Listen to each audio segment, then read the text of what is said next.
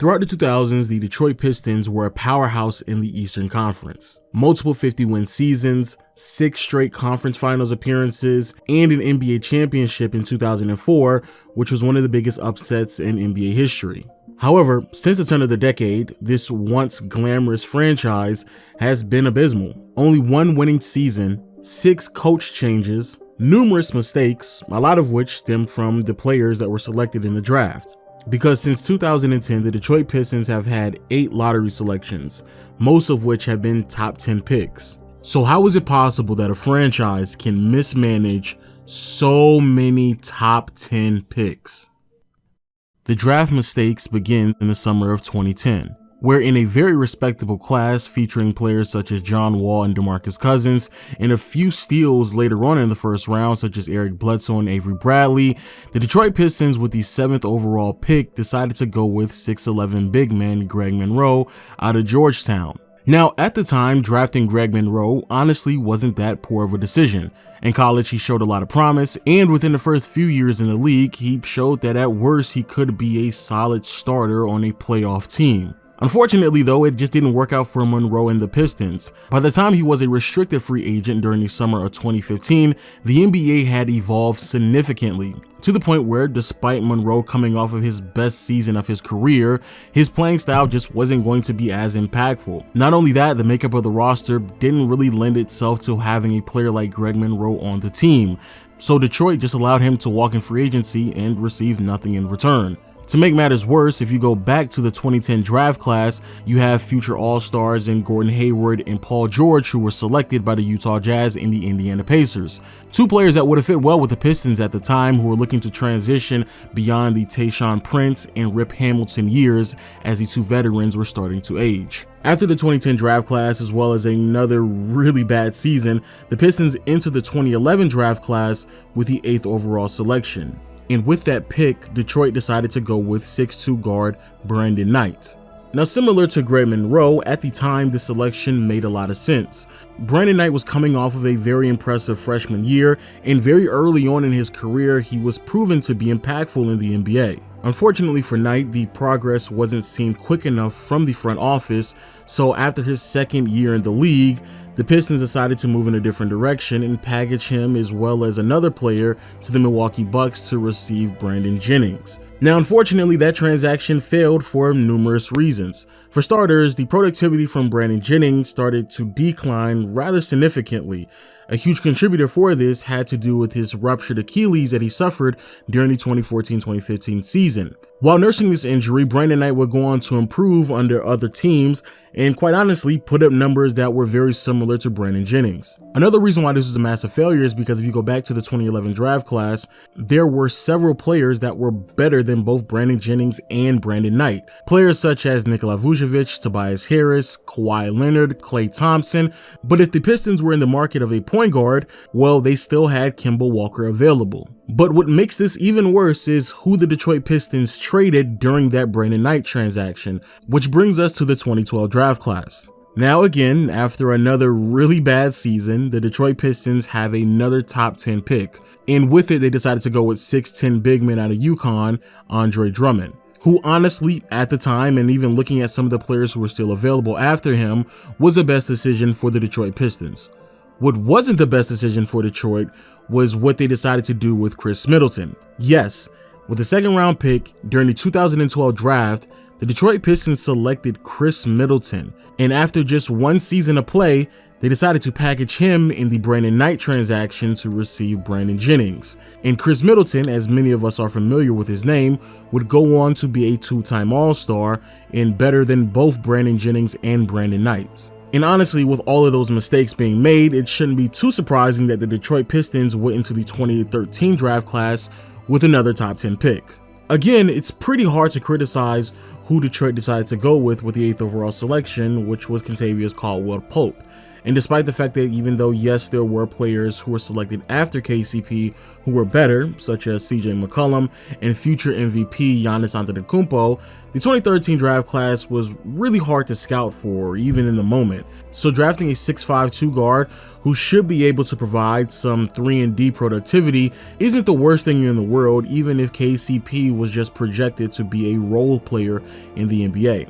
However, what does sour the little bit of optimism that I could find in this selection is what the Detroit Pistons decided to do once KCP was a restricted free agent. Because instead of trying to retain him during the 2017 offseason at the age of 24 years old, the Pistons decided to allow KCP to just walk in free agency. Since then, Caldwell-Pope has grown a lot. His efficiency is at career highs in his time in LA, as well as him being a more productive defensive player and a bit more well-rounded. So yeah, pulling the plug on someone who's not even 25 years old that you selected with a top 10 pick just doesn't make any sense at all, and it's a massive mistake. But it still gets worse. Because now entering the 2014 draft class, and the Pistons are still a horrible team. And unfortunately, the Pistons don't even have their first round pick due to the front office pairing the draft pick with Ben Gordon as they traded him back in 2012 in an attempt to save some salary. That pick would go on to be the 9th overall selection, and with it, the Charlotte Hornets would draft Noah Vonleh in the 2014 draft class. Granted, Noah Vonleh did not turn into the player that anyone expected, and as of today, he is out of the league. However, looking at some of the other players who are left on the board, players such as Dario Saric, TJ Warren, and Zach LaVine, those are all players who could have been great contributors to a Pistons team that clearly needed a bit more young talent on their roster. More importantly, if you look at the makeup of the 2014 Detroit Pistons roster, drafting a player such as TJ Warren or Zach LaVine, even with the 9th overall selection, is very realistic. But yet it still somehow gets worse, because despite Detroit not having their first round pick during the 2014 draft, they still were able to hit huge with their second round pick, who they utilized to select Spencer Dinwiddie, who in today's league has provided enough evidence that he's a solid contributor coming off of the bench. Unfortunately, none of that productivity was seen in Detroit, because after just 2 seasons with the Pistons, the front office decided to part ways with Spencer Dinwiddie and trade him to Chicago for Cameron Bairstow, which is someone that you may not be familiar with, because just 1 month after trading for him, the Pistons decided to just waive Cameron. So yeah, another wasted draft pick. Now heading into the 2015 draft class, yet again the Pistons have another top 10 draft pick. And with the 8th overall selection, the Pistons decided to draft Stanley Johnson out of Arizona, who quickly turned out to be one of the worst selections in a very deep 2015 draft class. Because after Stanley Johnson, players such as Miles Turner, Kelly Oubre, and Devin Booker were still available. And again, looking at the makeup of the roster, selecting someone such as Miles Turner or Devin Booker would not have been that far-fetched for the Detroit Pistons, even with the 8th overall selection. Now luckily, the Detroit Pistons were not heavily dependent on Stanley Johnson and his productivity to be a winning franchise, and by the end of the 2015-2016 season, they not only ended with a 44-win record, but they also ended the season with a playoff berth, meaning that for the first time in years, the Detroit Pistons did not have a lottery pick.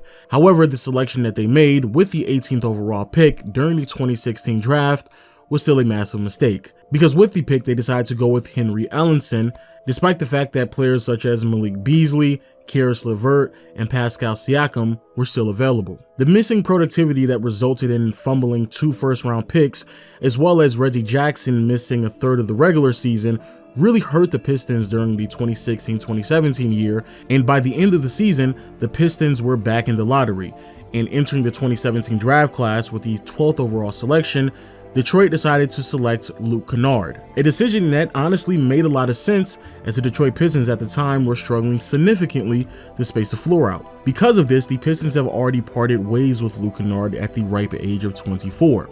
To make matters worse, if we go back to the 2017 draft and we see the 2 players who were selected after Luke Kennard in Donovan Mitchell and Bam Adebayo, it is clear even in the early stages of their careers that the Pistons have made yet again another massive mistake.